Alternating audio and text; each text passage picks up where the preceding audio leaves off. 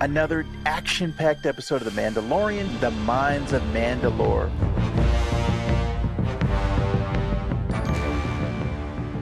First off, spoiler alert, if you haven't seen it, go watch the episode. It was good. That's going to be your spoiler alert. So, first off, I got to say, shout out the undisputed MVP of this episode, R5D4. I think you should buy this beauty here.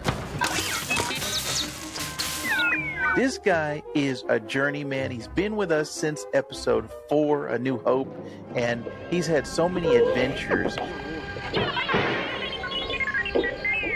It's great to see this character living up to all of the expectations and coming full circle from that first episode in episode 4 when you thought he was kind of a throwaway droid, but he's had a ton of adventures in the background, and this just kind of puts him up front in the foreground. So I love seeing R5D4. The other undisputed champion of this episode, we got actually 3 MVPs for this episode. R5D4, the creature design in this episode was fantastic. I loved all of the creatures in this episode, and we'll get into all of those in a moment here. And then the third MVP, Bo-Katan, putting in work in this episode, making everyone see you got to put some respect on Bo-Katan's name. She was out there wielding the Darksaber, making it look easy, while Din Djarin had a tough time. He was struggling to use it. Man, Din, what is going on? You got to get used to this Darksaber. This is like 3 seasons of you not being able to wield it and do it. Come on. Come on, Din. You got to do something with that Darksaber. We got so many things that we can do with the Darksaber. Actually, one of my favorite lightsabers in all of Star Wars. But Bo-Katan showing she's a pro with this. She's an OG with the Darksaber. So another thing that I loved about this episode, just filling in more of the backstory of Mandalore and what happened after the Clone Wars, which Dave Filoni and Jon Favreau did a fantastic job working all the way from the animated all the way up to this live action version of Mandalore.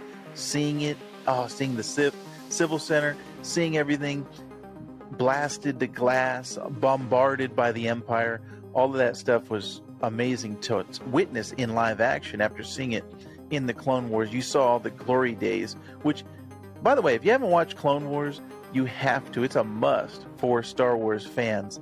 I think anyone who is a huge Star Wars fan, you got to watch these animated shows. Clone Wars, Rebels, now Bad Batch.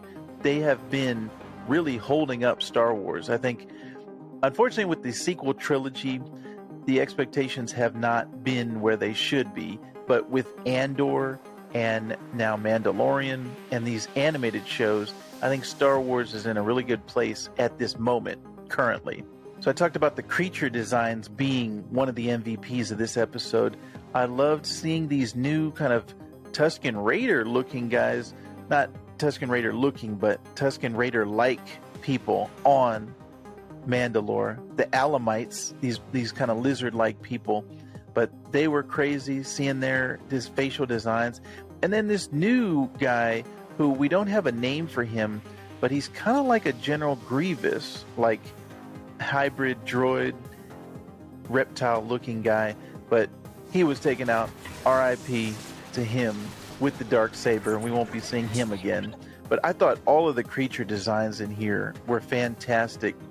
And the big daddy, the final shot of this episode, the final moment, was seeing the actual mythosaur. That was amazing. Seeing, first of all, that it is real, not a myth. All of the Mandalorian, it's true. All of it. Everything is true. All of the, maybe the sect was not wrong. Maybe it's not superstition, Bo.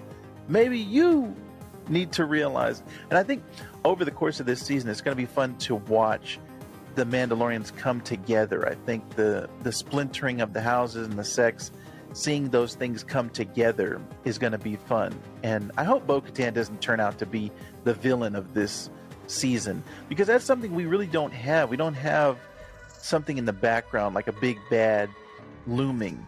As we begin this first season, it's basically just some fetch quest for Din Djarin to see, okay, I got to get my droid, I got to get back to the living waters of Mandalore and bathe in there and bring glory back to my name. This is the way. I don't know what the plot line is going to be, the story beyond that. In this episode, we saw him trying to get the circuit board again, the memory board for IG-11, and trying to go back and restore his name under the creed. This is the way. I was also wondering, once he gets there, how's he going to prove that he was in the living waters of Mandalore? Maybe just go by the word of Bo-Katan, I guess. But I think it's going to be fun to see where it goes after this. After he achieves these side fetch quests, what is going to be the main drive and push beyond this season? We haven't seen that so far. So the first 2 episodes, man, I'm loving it. I'm really digging. Glad to have Mando back for season 3. Also, I got to give a shout out to Pog Soup. What is it? What does it taste like? I want it. Galaxy's Edge, serve up some Pog Soup. I want it in the next trip that I make over to Galaxy's Edge. So what did you think about season 3, episode 2 of The Mandalorian, The Mines of Mandalore? I thought it was a really good action-packed episode. Seeing the Mandalorians fight was really fun.